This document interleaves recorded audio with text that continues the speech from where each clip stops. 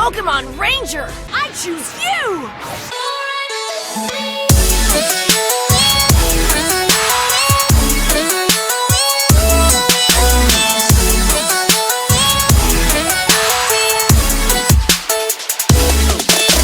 What's up everybody, it's your Pokemon Ranger Boy here and welcome to a special discussion video. First of all, just wanted to tell you guys that I'm working on an MV as well, but I don't really know whether I'll be able to finish it during my vacations, because of course my internet is pretty shitty. But let us not bother with that little disturbance, but instead let us concentrate on another disturbance which is bothering me for quite a while.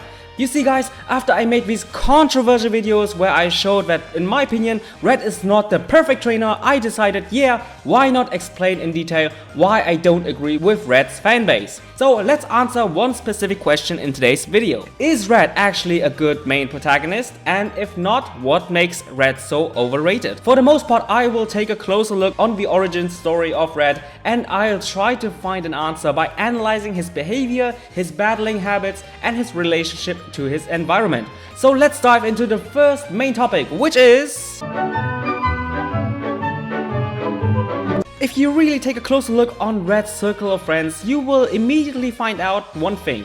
He doesn't have many of them. I don't think that you can specify Red's past encounters with different people as some sort of friendships. Professor Oak and all the gym leaders in Pokemon Origins are only there to lead Red in the right direction and therefore forming him into a better person. And although Red really cherishes every badge he obtained, it would be more than far-fetched if people would tell me that the gym leaders automatically became their friends. And even the really impressive interactions with Brock and Giovanni aren't really approved at all, since like I said before, as a gym leader they have the task to lead every trainer to the right direction in some way. Green can't really be considered a friend either, since for the most part he has the purpose of being Red's rival in both games and anime. And although they both had some bonding moments together, for example in the Lavender Tower after Red defeated Green and became the Kanto champ, or even when Red decided to chase after Mewtwo despite Green being injured heavily, I don't really know if you can call Green a friend. Maybe they have started as rivals and ended up as friends, but we all might never know. But considering the fact that Red took away Green's dream of being the strongest, despite Red actually never had that goal to begin with, you know, because Red's only goal was to complete the Pokédex, I guess Red and Green in the end have some kind of love-hate relationship to each other. I think the only people Red has actually bonded a little bit with is with Mr. Fuji and the other citizens of Lavender Town. But I'm not so sure about this either, since maybe they just like him because he saved them from Team Rocket. But I'm quite sure that he has a little friendship with Mr. Fuji and that girl whose name I can't remember. But why is having friends actually so important for a main protagonist? Well, that's because as a main protagonist of a series, people and especially kids should be able to identify with the character. And although you can also relate to him by just being a badass, it would be weird for people to see a main protagonist without any relationships whatsoever. I mean, Ash has bonded with so many people that it's nearly impossible to count them all at once. Alan, despite also having just a 4-episode long OVA, he still was able to bond with a lot of people, for example Professor Sycamore, Steven, at some point Lysander, and especially Mayrin. And heck, even Ethan, who's considered to be even stronger than Red himself, has friends as shown in the Pokemon Chronicles special. I'm not saying that having few to non-friendships makes Red a bad protagonist, but it's clearly not making him a good one either. But most people consider Red the best because he bonded mostly with his Pokemon, and because of that he was able to win the league. Well, speaking of relationships with his Pokemon, have you ever realized that Red is kinda similar to a certain guy called Paul?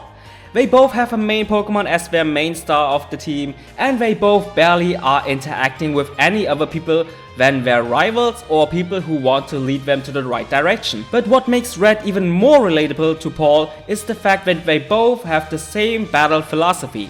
If there's a great obstacle to overcome, they both prefer to rely on strong Pokemon rather than Pokemon they have bonded with. Oh my god, Long, how dare you say that? Paul is just an asshole, and you even said it before. Red conquered the league because he bonded with his Pokemon, Gen 1 for the world. Calm down your tits, my dear Gen 1ers, because if you honestly think about it, during his journey, Red replaced his older Pokemon with other Pokemon to overcome a great obstacle. Of course, Ash does that as well, but unlike Red, Ash bonded with each and every Pokemon he caught during his journey. And instead of replacing the Pokemon he caught in that region during his journey, he instead keeps them and relies on his trust and bond with his current team. He never replaced his Pokemon during the league except for the Sinnoh League.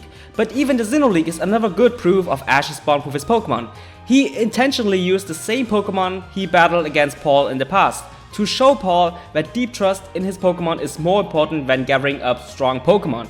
And even the battle against Tobias, no matter how BS that was, showed that Ash doesn't really care about using his strongest team against a great obstacle, but instead he rather prefers his friendship to them as well. Because like I said several times, friendship is more important for Ash, and in my opinion, friendship and bond is even more important in the anime than pure power. And this is another thing Red is lacking, his bond with his other Pokemon.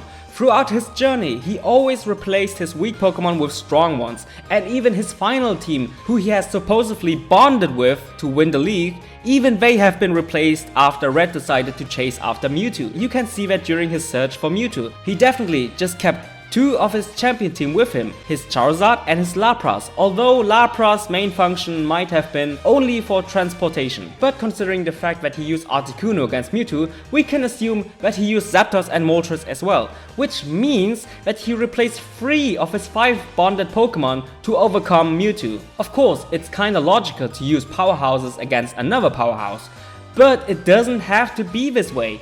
The Pokemon anime has taught us once again that if you have trust in yourself and your Pokemon, then you can overcome every obstacle, no matter how big it is. And even game mechanic wise, it doesn't have to be this way. You don't really need the legendary birds to catch Mewtwo, but instead you can easily go and catch Mewtwo with the team you have bonded with. Maybe that's just how I played the games, but I do believe that many people who played Red and Blue have also used their main team they have bonded with against Mewtwo instead of replacing them with other ones. And speaking of Mewtwo, there's one argument I want to analyze until I come to my conclusion, which is...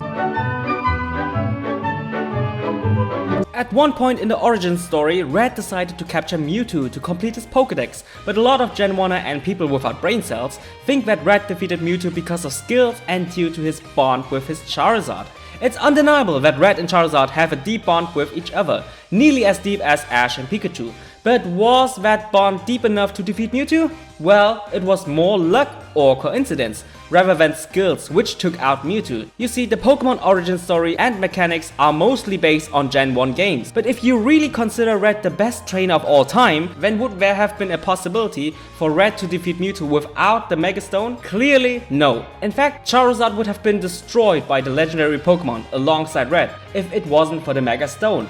And it wouldn't have mattered how skilled Red was or how deep his bond with his Charizard was. I even go so far to say that Charizard listening to Red was also just a mere lucky coincidence which helped them to defeat Mewtwo. Do I have any proof? Of course. Let me introduce you to Corinna and her Mega Lucario. Both have even a deeper bond compared to Red and Charizard, since they both know each other since childhood days. And even this bond didn't help Lucario to fully master Mega Evolution after obtaining it. In fact, Mega Lucario went berserk mode several times until Corinna was able to fully master it. But why is that comparison so important to Red and his experience with that power? Because at the beginning of Corinna's first taste with Mega Evolution, everything went good until Pikachu started a counterattack, which in the end made Lucario more aggressive so that it in the end went berserk.